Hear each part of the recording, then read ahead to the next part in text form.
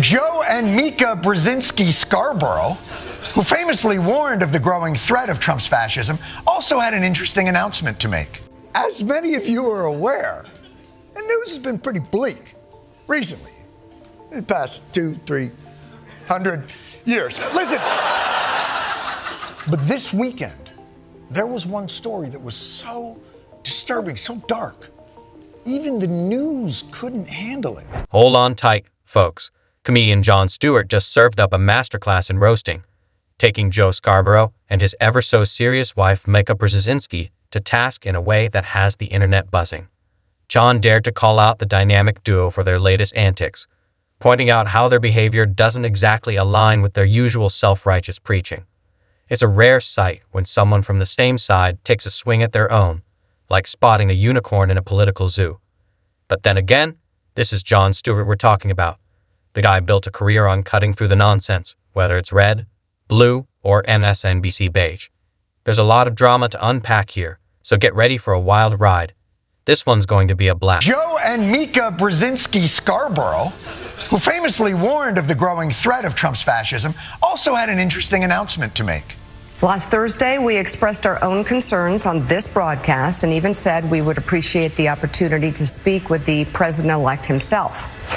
On Friday, we were given the opportunity to do just that. And for those asking why we would go speak to the president-elect during such fraught times, especially between us, I guess I would ask back, why wouldn't we? Because you said he was Hitler. You can't spend years painting someone as a monster, a dictator, a fascist, or even likening them to Hitler, only to then rush to the White House like it's the Golden Globes after party the moment you're invited. I mean, come on, pick a lane. Now, I'm not saying that Trump's harshest critics should never engage with him. There's nothing wrong with dialogue as long as it's genuine. But there's a world of difference between principled criticism and an obsessive crusade to burn him at the stake no matter what. You can't spend your days shouting about how Trump is a danger to democracy from your MSNBC soapbox and then show up for a cozy dinner and casual conversation as if he's your eccentric uncle with questionable opinions. Yet, somehow, that's been the playbook for Joe and Mika for nearly a decade. Outraged by day, playing the insider game by night. It's not journalism. It's political theater with a side of dinner. And that's exactly why Jon Stewart is calling them out. He can't stand the glaring double standards. We don't know what the visit was. We don't know what the tone of the visit was. We talked about a lot of issues, including abortion, mass deportation, threats of political retribution against political opponents. Oh, I bet you really laid down the gauntlet, Joe. I bet you walked in there and just let him have it, didn't you, Joey?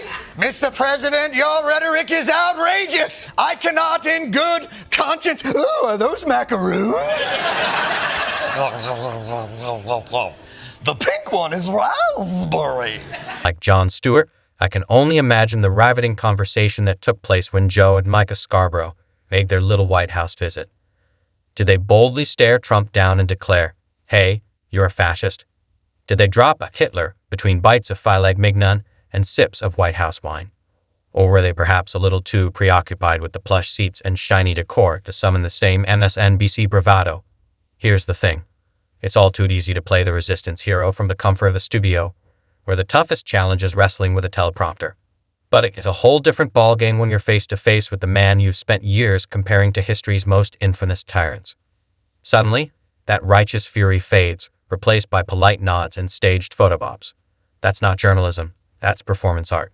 And for Joe and Mika, it seems the spotlight shines brightest when there's power, prestige, and a well-catered spread involved. This isn't the first time Jon Stewart has called out MSNBC for their hypocrisy. A few months ago, he took on the entire network for what he dubbed their Trump derangement syndrome. As many of you are aware, the news has been pretty bleak recently, in the past 200-300 years. Listen, but this weekend, there was one story that was so disturbing, so dark. Even the news couldn't handle it. We're not going to show because of how disturbing it is. I was extremely disturbed to see this. Horrible, horrible, violent imagery. Violent and dehumanizing imagery. We're only going to show you a clip of this briefly. All right, that's enough. Let's take it down. I didn't get to see it at all. With the ominous music, the serious faces, and the dramatic build-up, you'd think we were about to witness the aftermath of a national tragedy or the opening scene of a political apocalypse. But what followed? A whole lot of nothing. Just another inflated segment built on smoke and melodrama. It perfectly illustrates the point. MSNBC will eagerly spotlight and exaggerate even the most trivial actions of Trump if it means racking up a few more cheap political points. They'll take a moment that's barely worth a shrug, dress it up in doomsday rhetoric, and parade it around as evidence of impending tyranny. It's not journalism, it's theater. Bad theater at that. I can't imagine how devastating this footage must be. Former President Donald Trump shared a video, this one, on his Truth Social account featuring an image of President Joe Biden hogtied on the back of a pickup truck.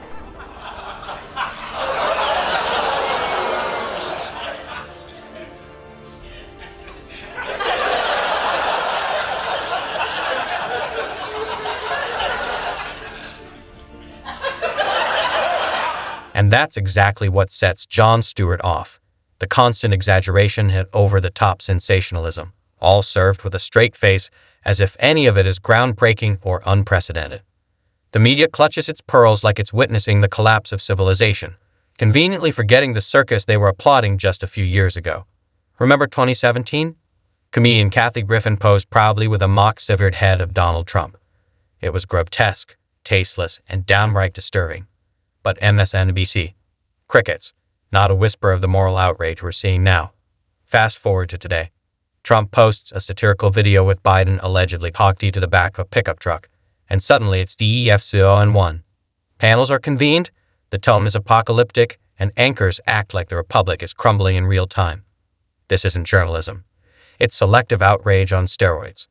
And Stewart, like so many of us, is fed up with watching the same performative script play out on an endless loop. The same networks that show reruns of 9/11 every year? I mean, I don't think it's great that Trump is posting things like this, but it's not like people really think Joe Biden was tied up in the back of the truck. Jon Stewart continues to peel back the layers of MSNBC's hypocrisy, this time spotlighting their selective sense of decorum.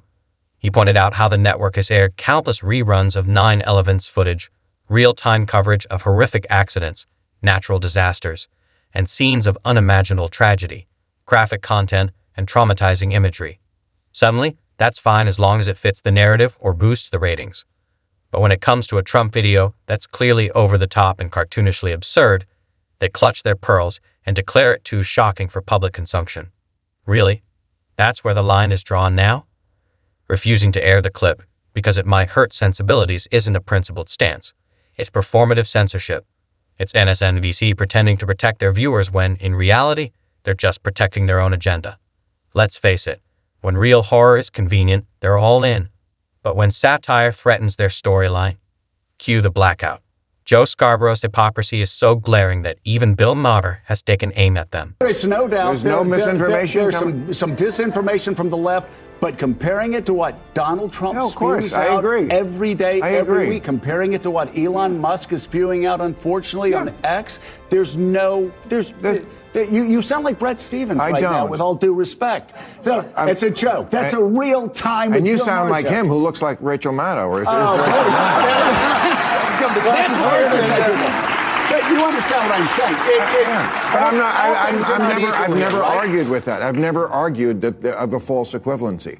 I just said there is misinformation from both sides. No, I lived through COVID. Don't tell me there wasn't misinformation. But there's a difference between... I lived through stupid policies based on bad information and stifled information. But intent matters. That's what Zuckerberg said. He said they were forcing us not to put out... Joe Scarborough, as straight-faced as ever, insists that misinformation from the left is nowhere near as bad or as dangerous as misinformation from the right.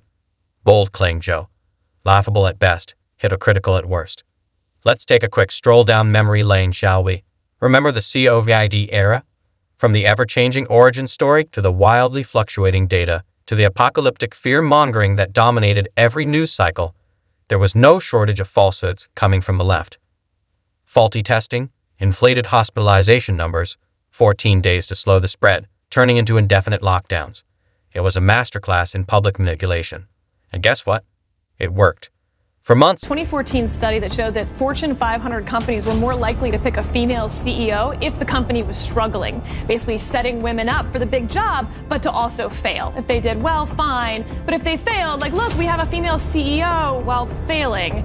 And that's what I feel like they did to Kamala Harris. When Biden refused to step aside and not run again, he was supposed to be that bridge. He backed off on that promise due to arrogance.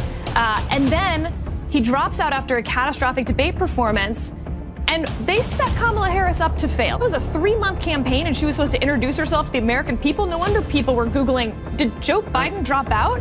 And so... No. You're saying 3 months wasn't long enough? It was too long. It was long enough. It was long enough. No. If they had a primary... It's not that they didn't have time to introduce. They met someone and didn't like them.